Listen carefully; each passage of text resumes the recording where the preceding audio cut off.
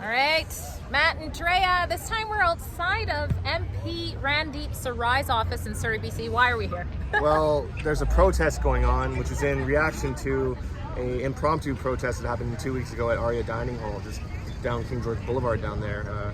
Well, if you guys have been paying attention to the story on rebelnews.com, or even better, been paying attention to the narrative on legacy media, it was painted as some sort of racist protest. So this protest here actually is an answer to that, saying, no, this has nothing to do with religion or race. We just don't like you very much or your policies. Yeah, I'll make sure to link that report because it was an interesting one. Trudeau actually didn't even show up to an event that people had spent $1,000 to see him at. $1,000, crazy.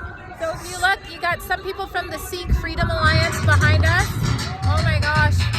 So we're gonna have a full report on this coming up at rebelnews.com. But what else have we been up to since the last time we talked?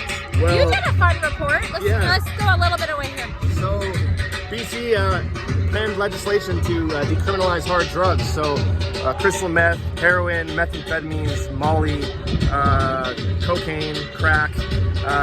After January 31st in BC, anywhere in the province, it will be legal for you to hold these drugs and consume these drugs, and if there's no consequence from police. So literally, an 18-year-old boy or girl could, or whatever they identify as these days, could run in front of a police officer with a heroin needle, bang it in their arm, and the police officer cannot take the drugs or arrest the I would call child for doing it. It's pretty nuts, you know? Well, and here's the thing. I feel like drugs, for the most part, has been socially decriminalized anyway. Right. I mean, there wasn't really a huge problem with people getting arrested for using these types of drugs. So what is this really about? The government is painting as though it's going to help prevent the huge amount of overdoses we're seeing. But how on earth does allowing people to freely use drugs make them use less when they're battling addiction for reasons that the government is not helping by, making this legal? Right, well, the argument is that people are using drugs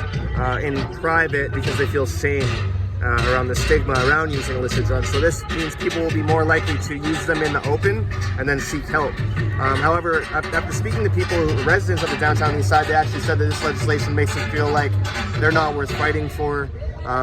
One person who I spoke with had mentioned that if drugs were legal, they probably would have even tried them when they were younger than they were now. So, this doesn't help the dirty supply issue, which was obviously exacerbated by the closing of the borders. So heroin wasn't coming in on the docks in Vancouver like it usually does in as much quantities as it does, which led to a huge uptick in fentanyl and dirty drugs in the Lower Mainland, which is obviously adding to the deaths. Not to mention, access to things like CERB, which was basically giving people fun tickets to go do drugs. This is a word of someone I interviewed, not myself. I have to imagine that legalization of these drugs are probably in the future for the province. And, I don't know how I feel about the government distributing hard drugs and basically saying, well, we can't fix it, so we might as well. You can't beat them, might as well join them approach. I don't know if that's helpful. What a clown show. Honestly, it reminds me a little bit of like the gun ban. It's like, we're going to take the guns from law-abiding citizens, and then the criminals are like, oh yeah, so what? But comment below, let us know what you think about the new laws in BC. I see Alberta is now saying, hey, we should do the same thing over here. So, I don't know. See, I think where there's a bit of a disconnect is, people think about, well, if you're using social drugs, party drugs, you shouldn't go to jail for it.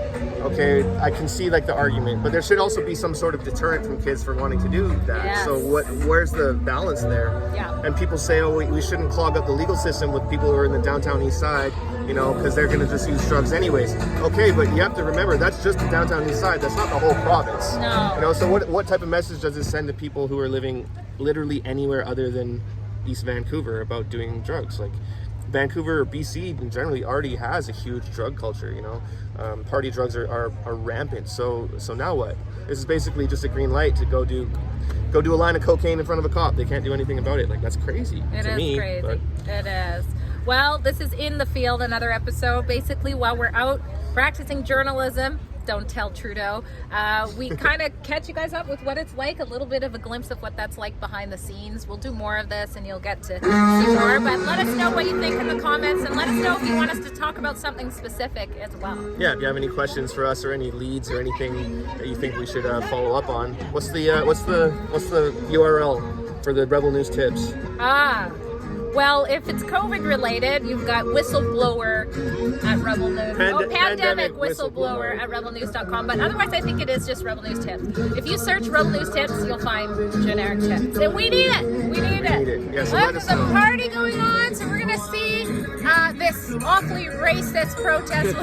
We'll keep you up to date. If you want to give us some kind of encouragement, you can also make a donation to for Matt and Drea at gmail.com. And 10% of that gets donated to something to glorify God, because we know Canada needs that. Amen. All right.